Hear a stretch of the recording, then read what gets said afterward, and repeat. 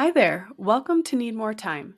Today we're going to make a bread pumpkin. It is perfect for this holiday season around Halloween, and they're also just so cute. If you don't know already, I'm Kelly, and I love all things baking, and in particular, I love sourdough. I just think it's so fun, and I love teaching people how to use baking as a way to open up their creative side. If you ever have any questions, please feel free to reach out to me on my Instagram and Facebook accounts. I'm always happy to help. There's a couple things that you'll need in order to make your bread pumpkin. The first is baker's twine, and I truly highly recommend actual baker's twine. I've tried it with other just standard twine, and it does leave a lot more fuzzies on the dough than true baker's twine. The second is you'll need some sort of oil. I usually use vegetable oil, but you could use olive oil for this as well.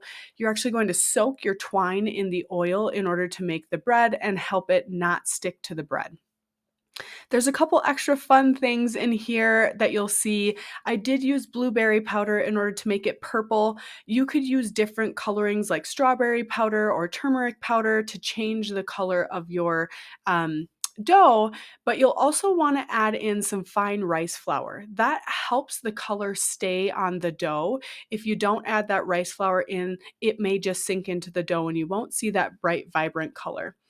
If you're looking for links to these things, I did put the links to each of my recommendations and what I use in the description.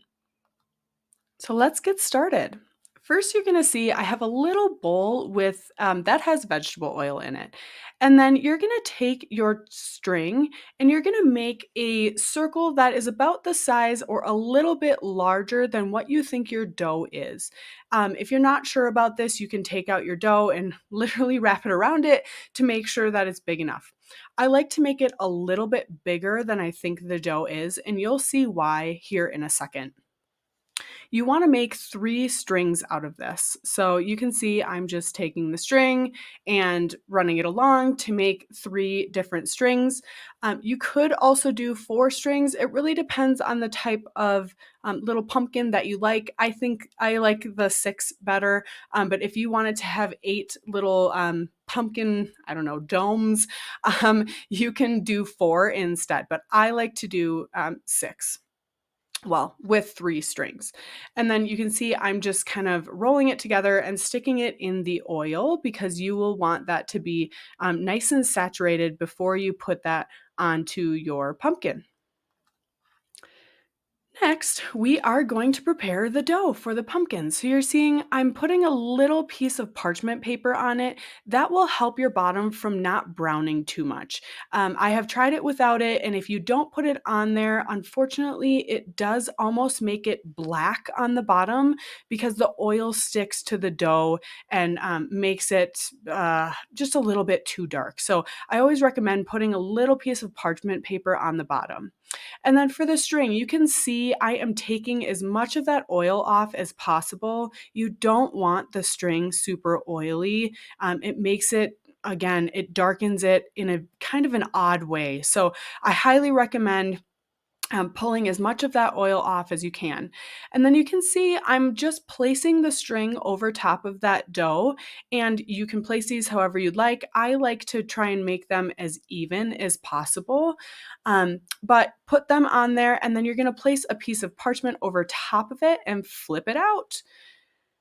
So don't worry about your strings at this point. If they're missized, it's not a big deal. You're going to see here that I'm actually going to pull the strings to make them the correct size. So this is our coloring. This is a mix of 1 part rice flour to 2 parts blueberry powder. And you're just going to put this all over your dough. If your dough is not wet enough, you're going to spray it with a little bit of water before putting it on there. So here you're seeing I'm going to pull up the strings, and this is where you need to make sure that it's long enough. I personally like to pull them all in the middle and tie them together.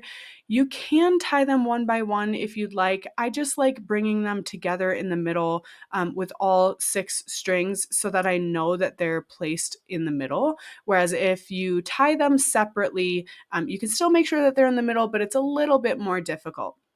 So you'll see here that I brought them all together and I'm just tying them up in the middle and I'm tying it very loose. This is a very big call out here. If it's not loose enough, it's going to break the bread and it will pop open. So you want to make sure it's nice and loose. You can see it is barely pulling on those sides there. That's how you want it. So for the scoring, you can do whatever you'd like. However, a big call out here is that you do want your scoring to be pretty deep. Because we're not doing a large score in the middle, if you don't have deep enough scoring here, it's going to break open and it won't have that kind of perfectly pumpkined shape to it. So make sure that you're doing deep enough scoring here. I would say not too light, not too hard. You wouldn't want to go as deep as your regular large score, but you don't want to go as light as your regular, just delicate scoring. So, this is my go to for the scoring, but you can kind of do whatever you'd like here. Now it's time to bake. Bake as you normally would. Just make sure that your dough has enough moisture so that it expands well.